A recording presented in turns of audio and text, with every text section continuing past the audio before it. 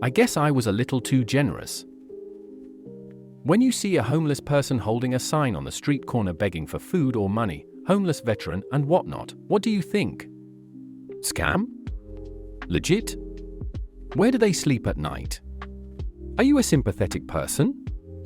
I want to believe that's enough for anybody, like it was for me. Not that I know for sure where I'm going.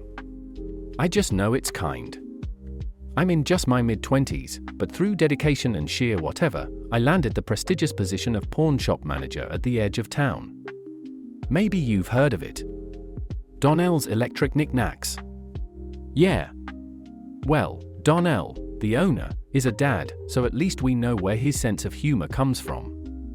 I'm just boring old Donald. Yeah, our store's name is weird. I can give you 30 for this flat screen TV. I got calls at that job from time to time, but not often. Just someone asking me for a ballpark figure on a price for something they wanted to sell. Most of the time it's sorry, gotta bring it in or else we can't give a number. Why are you cursing at me? Get off the damn phone. Sorry, I probably sound soulless and bored. I'm actually the opposite. I'm in shock. Good? Bad? You decide. I got a call on Friday, but it wasn't the usual. The voice on the other end was a woman's voice, very gentle and smooth, as though she were a top-notch therapist trying to reassure me that I would be able to get through some horrible trauma. The phone didn't have her number on it. Hello, she said immediately when I picked up, before I could say it first. Donald Carlson? That's me. Are we getting popular? I was a bit surprised at the thought. I was content working here, it helped with my naturally laid-back lifestyle, but we were kind of on the dead-end side of things. Quiet in the store half the time. I didn't call about your store, Donnie. I wanted to ask you something very important. I frowned into the phone. Is this about taxes or something? I'm only the store manager. I don't own it. Donnie, please, try to focus. Not your store. This is about you. It's very important. I was beginning to feel nervous. What's going on? Who are you? My name is Emily. Donnie, I need to ask for something from you. A donation, if you're willing. Oh. It was that kind of call. But how had Emily known my name? If she'd guessed Donnell, that would be no surprise, but I just worked here. How had she known I would be the one to answer the phone? Really, I muttered. Why not at least see what she meant? What do you have in mind? $100 I'm not willing to shovel away, I thought. I'm not selfish, but I'm not giving anything to some weirdo caller like this, and definitely not anything substantial. Would you be willing to give just $1 to someone who needs it more, Donnie? I furrowed my brow. You want my card number for $1? Get real. I don't need your information. Just a yes or a no, and that's all. She sounded painstakingly patient, and I had to admit, that was pretty dedicated. Most scammers would give up at overdone sarcasm, or at least be cussing me out by now. Oh. I don't know how that works, but sure. Fine by me. I was smirking. How in the world would she get it without any of my account info? Yes, Donnie? Is that your answer? Yes. I rolled my eyes, but kept the impatience out of my voice. Thank you, she whispered. Thank you so much. And she hung up. For about 5 seconds I tried not to burst out laughing in the middle of the store. What the hell had that been? And suddenly a cold pit filled my stomach. The yes. There was a scam out there for collecting voice clips, wasn't there? And the word yes in someone's voice could be used to make a purchase in their name? I didn't have any apps or accounts that operated off of me doing that, and the whole rumor could have just been fearmongering and stupidity, but suddenly I felt like I didn't want to take a chance. I logged into my bank account at once, looking for the support number to see if I could ask them about the possibility of the scam, and change my cards if need be. There was a small message just below the big display of the few $100 in my checking account. Thank you, Donnie. I clicked on my checking account, feeling a sharp zing in my chest, that mini heart attack feeling that something real bad's about to happen. The latest transaction, it was $1. No description. No destination. Just $1 taken. By someone or something invisible. Who the hell? Suddenly I heard a tapping on the window next to the counter. I turned in confusion and saw a young girl standing outside. She was a little scuffed up, as though she'd been outside for a long time. Messy dark hair. Faint smears of dirt on her face. Clothes stained, some edges frayed. Face a little gaunt, not alarmingly so, as though she were truly starving, but she definitely looked a bit malnourished. She had both hands behind her back, smiling up at me, her face the very picture of admiration, as though she'd found a long-lost friend, or a guardian angel. I blinked and stared at her, then slowly raised my hand in an awkward, short wave. In response, she reached into her pocket, keeping the other hand still behind her back, and pulled out a white rectangle of paper. A receipt. I leaned forward to read it. Hubert's Hot Dogs. Get them while they're hot. Jumbo Frankie meal deal. $1 for the big bread Frankie with chili and cheese and a bottle of ice water. One lucky day a month only. She reached out with her other hidden hand. A white shopping bag. She reached in and pulled out a large, long aluminum foil-wrapped hot dog. A jumbo-sized bottle of water with ice cubes in it came out next. She was staring at me with her hot dog and water, smiling so big she could have been on a Christmas card. Tears flowing down her cheeks. Thank you. Her lips formed the words. Staring at me as though I were her hero. Then she turned and ran off. I'll admit, I was shocked. I logged back into my account and looked at the transaction again. It was no longer blank. Now the destination was Who Dog Plus Main Trans Plus Carolina, and the description was Hubert's Jumbo Frankie meal deal. As though the money had gone through right away, but to whom, had been decided only after it had already been paid. I logged out, stunned. I looked at the window again, and there was nothing. She was, I figured, probably gone forever, and I'd never see her again. She couldn't have been the voice on the phone, though. That had been a grown woman. Maybe my age, maybe 10 years older, no idea from just a voice. But that tiny kid? No way it had been her. But my heart was kind of glowing, though. You ever get that feeling when you do something wonderful and can actually see the gratitude from someone? The way you keep that with you for a while? Not an egotistical I'm a freaking saint kind of feeling, but more of an oh damn, I actually made a homeless child's day kind of feeling. And then it hit me. A homeless child. Shit, I couldn't just let her run off like that. Couldn't I call someone? Maybe take her to the police? Could they help find her a home? Or did she already have parents and a home and only look bad because things weren't so good for her? The more I thought about it, the more mixed up I became. I'd never been in a situation like this. So I told Ernie, one of my floor employees. He was a few years younger than me, paying for college, but wise beyond his years. He seemed as baffled as I was, and I guess I'm just grateful he believed the story. Nothing you can do, dude. The cops might go searching for a kid like what you describe. Maybe they'll find her, maybe they won't. But the system, it fails kids more often than we want to acknowledge. Besides, if that chick knew this was going to happen, then that kid probably already has her watching over her. Maybe it was her mom or something. I dunno.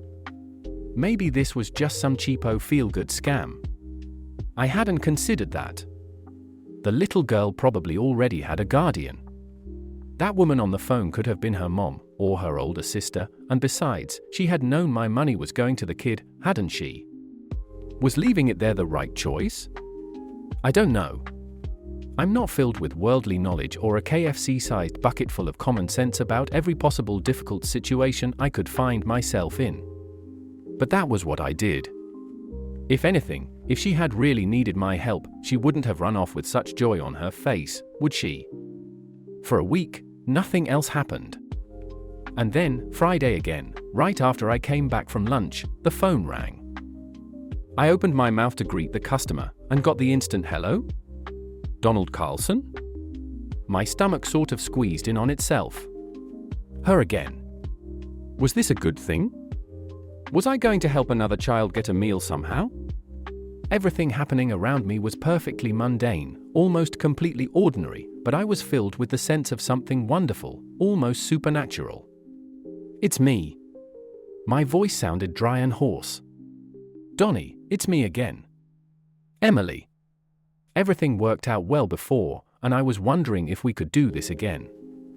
Would you be willing to make a donation? I paused for a moment. Sure, a bit more this time? She seemed to hesitate. I could almost hear her holding her breath. The other side of the line had suddenly gone quiet. 1 minute, she said softly. Oh. Yeah, no problem, I stammered. I'll be here. No, Donnie, I mean, 1 minute. Can you donate that? WH. What? I don't know what you mean. My heart raced. I'm sorry. I can't explain. Can you trust me, Donnie? Are you willing to give 1 minute? The little girl's face flashed into my mind. She hadn't gone to sleep with a hurting tummy that night because I had given $1. Whatever her situation, however good or bad things were for her, I'd at least put a little light into her day and made that night a bit easier. So what miracle could a single minute pull off? Could I help someone even more? Yes. I'll donate a minute. I felt stupid saying that, having no clue what it meant. But I knew it meant something important. Suddenly, I went stiff, and the phone slipped out of my hand, clattering onto the table. Hardy landlines, it didn't even crack, and luckily, neither did my head. I opened my eyes, panting and sweating, to see my 3 floor associates gathered around me behind the counter. I said call 911. Ernie was insisting, and then he leaped a foot in the air as I shot up into a sitting position. Yo. Tyrone said. The hell you nap pinner down there for, man? He was smiling, sort of, but his eyes looked terrified, as though I'd just dodged a bullet. You just fell right to the ground out of nowhere, Donnie, Leslie chimed in. Just a second ago. I tried to speak, but they were all over me, helping me into a chair, handing me a glass of water. It pays to not be a shit manager, I guess. Your people care about you. Leslie was still debating about calling an ambulance for me, but I thanked them all and insisted I'd be fine. We went back to business as usual after everyone was assured I wouldn't pass out again. Call me crazy, but I'm pretty sure I'd been out exactly 60 seconds and was in no danger of it happening again. There was nobody at the window. But 2 hours later, there was someone at the door. A policewoman came in, dark blue suit, coffee-colored skin, black ponytail, 30 at most. She looked almost as though she were in a trance, seeing something ethereal. She barely glanced around before seeing me and gravitating right toward my counter. Donald Carlson, she whispered, and a flash of déjà vu hit me. But she had a different voice, she wasn't the woman from the phone. I nodded and felt the color drain out of my face. Was it something bad this time? What had happened? Was the whole thing a gamble and I'd landed on bankrupt this time? Who had gotten hurt because of this little game I decided to play? But her lips were trembling, and she was beaming at me, looking as though she were trying not to cry. She reached out to me, and I clumsily offered her my hand. She took it with the gentleness of a mother comforting her child, and led me out of the store. Jesus Christ, was I under arrest? What could I have done by giving up a minute of my time? There was an unmarked bus waiting outside by a couple of police cars. 3 more officers stood by, along with a small group of maybe 20 people. Young women, from children about the age of the girl from yesterday up to college-aged, all stood outside the bus. Some looked nervous. Some looked relieved enough to have been reborn. What's going on? I asked stupidly. Mr. Carlson, the officer next to me said, her voice shaking, we traced the call back to the phone at your counter in this pawn shop. A call lasting exactly 1 minute. A man with your voice, identifying himself with your full name, gave to our police force not a few hours ago the address of a human trafficking house you claimed you had been anonymously informed of by an unknown caller with no callback number. My eyes were as wide as dinner plates by then. Of course, I'd done no such thing. Didn't she know that from the way the news was hitting me? But then suddenly, I realized. What had I been doing in that 1 minute that I'd been out? Had I fallen right away? Had I first dialed someone? What had Leslie said? Just a second ago. They'd gotten to me in a second. A full minute had not passed from the moment I'd fallen and woken up. Only a few seconds. I had dialed the police first and then passed out and woken back up instantly. I tried to speak. Tears were clogging my throat. Several of the young women and a few of the children were right in front of me now, holding me, crying, and I felt like I was going to fall apart. Like a Jenga puzzle you've removed too many blocks from. I couldn't have done something this meaningful. Not me. I just couldn't have. I mean, I've always wanted to be able to help someone in a profound, meaningful way. I dunno why. Because I'm nice? Because I'm some feel-good sap? I'll spare you the rest of the waterworks. I didn't hold together too well after a few seconds of being hugged and hearing them cry at their rescue. I sank to my knees and kind of became a mess. The officers turned away, their faces twisted a bit painfully, and I had never felt anything so beautiful as this moment of wonder that just giving 1 minute had done something so good. I didn't feel like I deserved to feel this kind of whatever it was. Pride? No. I didn't feel satisfied, I didn't feel proud, I didn't feel like it was all a job well done. I felt something that made my chest so warm, made me so weak that I could barely stand back up. Over the next week or so, I got calls from dozens of parents, older siblings, relatives, people sending me flowers, presents, cards, visiting me in person. An old lady actually showed up to kneel as soon as I opened the door, and bless my soul in the name of Jesus Christ our Lord and Savior, for the rescue of her granddaughter, Amen. I just couldn't possibly deserve any of this. I already had enough trouble just taking a compliment.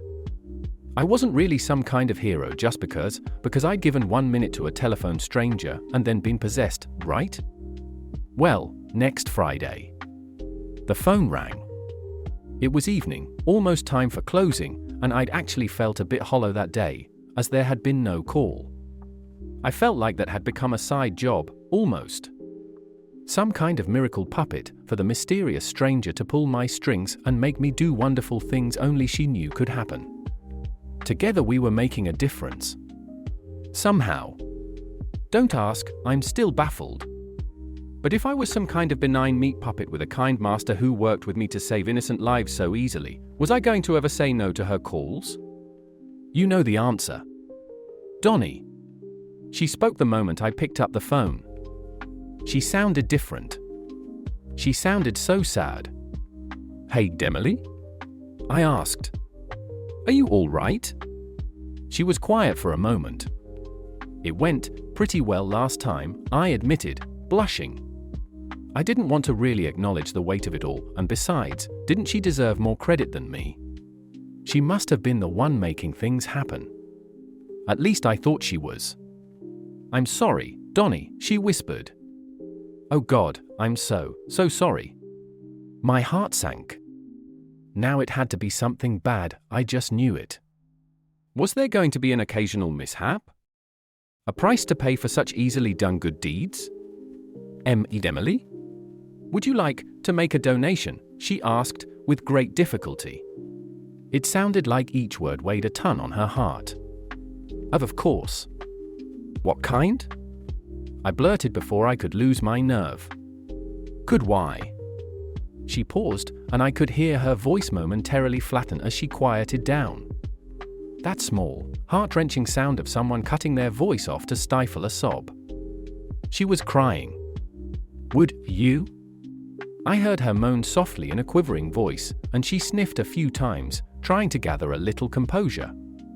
Would you be willing to give yourself? She was trying so hard to hold on. I waited for her to finish, but then I realized her sentence was already done. Me? I didn't get it. Then I did. She was breathing so shakily, waiting for that moment when I would say something that destroyed her, either for this reason or that other one. But I knew what this must mean. I knew what was at stake. If it wasn't for me, it would be for someone else. For a moment, I was filled with terror. In fact, I still am. I haven't stopped being scared. Was it worth it? How would it happen? What was in store for me exactly? When, down to the second, everything seemed to get darker. Color faded from my vision for a few seconds as I considered the weight of the horrifying choice. A choice I'm still afraid of, even now as I wait for the inevitable. It had to come down to this. This ultimate test. To see if I really could be willing to do that much. I'm not sure why I gave the answer I did. Yes. I accept. Emily burst into tears. I heard her long, drawn-out, shaking sobs as she struggled to speak. But she only managed one last word. "D. Donnie." Then the sound ended as she hung up. Nothing was happening. But I knew something would. Saturday, we were only open in the morning. Closed at 12. No phone call, of course. But there was a young woman standing across the street, visible from the window. She was wearing a pale blue dress, an elegant, wonderful thing that at the same time looked so comfortable, even from a distance, she might wear it to bed. Shoulder-length wavy black hair. A lovely, kind face. She was staring at me. Her face gleamed in the sun, and even from far away I could tell she was crying. Ernie asked me at one point what I was looking at, and glanced out there in confusion. Only I could see her. Emily would appear for nobody but me. She was gone by noon when we closed. Monday, I was back. So was she. Now on our side of the street, standing on the sidewalk a little ways from the building. No longer crying. But still looking miserable as she stared at me. Now closer, she couldn't even meet my eyes. But she stayed there the whole day. I was a little more scared then. I had made the choice. I couldn't take it back. But I was more scared than I'd ever been in my life. Tuesday. She was further down the sidewalk a bit. Closer to the window than before. She managed to look me in the eyes a few times, and every time, I could see the apology there. The back of her dress, I noticed, seemed to be moving, as if something was hiding in there. I almost hadn't come into work. I'd wanted to stay huddling in my bed, hoping it would all go away, but I had managed to force myself. I had chosen this. I had to see it through. I had to have the resolve to do what needed to be done. Wednesday. She was on the grass now, halfway to the window. Watching me. She managed a small smile at one point, and later, a shy wave, though tears still ran down her cheeks. Her dress was fluttering and moving, though there was no breeze. I was shaking a little on and off that day. Leslie asked me if I was all right. She said I looked pale and sick. I tried to wave off her concerns. Thursday. She was right outside the window, palms pressed against the glass, looking longingly at me all day. I took out my phone, knowing what was coming for me. I should have done it earlier, I guess, but better late than never. I started this post, and typed out most of it, saving it as a draft. It was the only thing that kept me from leaving early.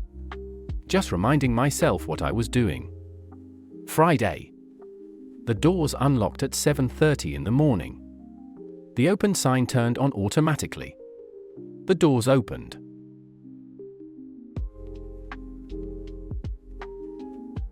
My heart stopped as I saw her face.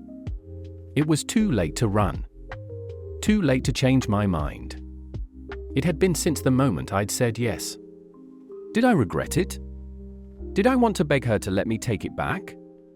Even still, even then, somehow the answer was no.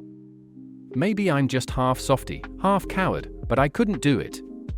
What that would have done to someone, if I could have changed it, I didn't have that in me.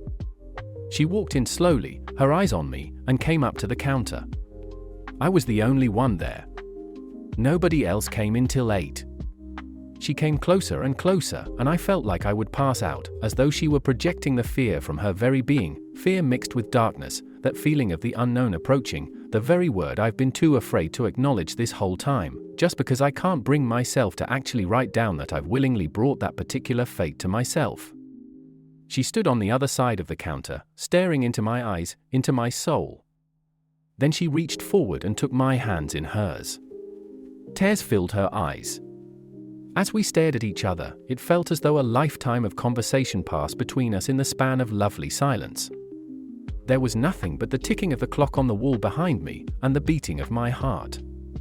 Her dress fluttered a little, and I thought I saw something white peek out from the side. Finally, it was almost 8. She closed her eyes, turned, and walked to the door. She paused and looked back at me. We both understood. As soon as I clocked out for the day, that was it. She left, and I made more phone calls than I'd ever made in one day. Calls to family. Old friends, new friends, anyone on my contact list. My parents. I couldn't really explain. But saying goodbye, even veiling it as something they would understand soon, was the hardest thing I've ever done. Even in that one moment before I'd told Emily yes, I had realized this would be difficult for me, had known it would come, would be necessary. Somehow, I'd put it off. Somehow, she had known I would need to anyway. Would she have taken me away instantly otherwise, as soon as she'd come in? Maybe. Or maybe she'd have given me this last day still anyway, standing outside the window after the short visit. The dress now fluttering in the breeze around her wings, large white feathery wings about as long as she was tall. Flapping slowly, silently, as she watched me and waited for the clock to wind down. Still occasionally letting a tear escape. Why? I wasn't depressed or anything. I wasn't dissatisfied with what I had. I was content, comfortable for the time being, unsure of what the future would bring. But I'd never done anything really, really good or important, and never made a huge name for myself. What harm could it do? People would miss me, and I was sad to hurt them that way, but they would move on eventually. The world would. I'm not necessary. Not that mundane way. But in this way, at least I can know I did something right, no matter what it took. Don't be selfish. Don't be cruel. If Emily or one of the other sisters finds you, calls you, visits you, you'll know it's one of them when you see her. You'll know she came to you because you're that kind of person who would give. It doesn't have to always be yes. You aren't a bad person for saying no. But just pause for a moment and think. Why did they come to you? It isn't a personal attack. It isn't a mind game. They just know you're the kind of person who can make a difference. Just give what you can. It doesn't have to be everything. Please don't think you absolutely have to. Maybe I shouldn't have. I'm still afraid of the unknown, even though it's minutes away now. When there's no turning back, no matter how kind she is, no matter how she cries for you, she will make sure you keep your word. Give what you're willing to, and don't feel obligated to give more. Just do what's right, if you can. You have no idea how much it means until after the fact. The TV. What's it saying? We interrupt this broadcast to bring you news of a miracle. Every single person at St. Sharif's Hospital who was dying in the terminal illness ward has suddenly, miraculously recovered. They're claiming they all see angels and that they've all been cured and are being told they'll live long, happy lives, and all because of one person. I don't need to see any more. When did the day go? I forgot. We're off today. It's a holiday. Nobody came in at all. The hours flew by. I spent the day making calls, clocked in uselessly on a machine that wasn't connected to the internet, wasn't recording my hours today because it was all turned off. Nobody came in to switch things on out there on the floor. I was so preoccupied, I forgot I didn't even have to come in. But yes, I did have to. Her face in the door now. The door's open. She's coming. Tears in her eyes again, but a small smile on her face. She's walking slowly toward me, raising a hand. I know it's time. I agreed, after all. Where am I going? What's coming next? I don't know. The fear's still there. I'm cold, I'm sweating, I'm barely standing. But somehow I know I can do this. I know I can honor my word. I guess I'll see what's beyond.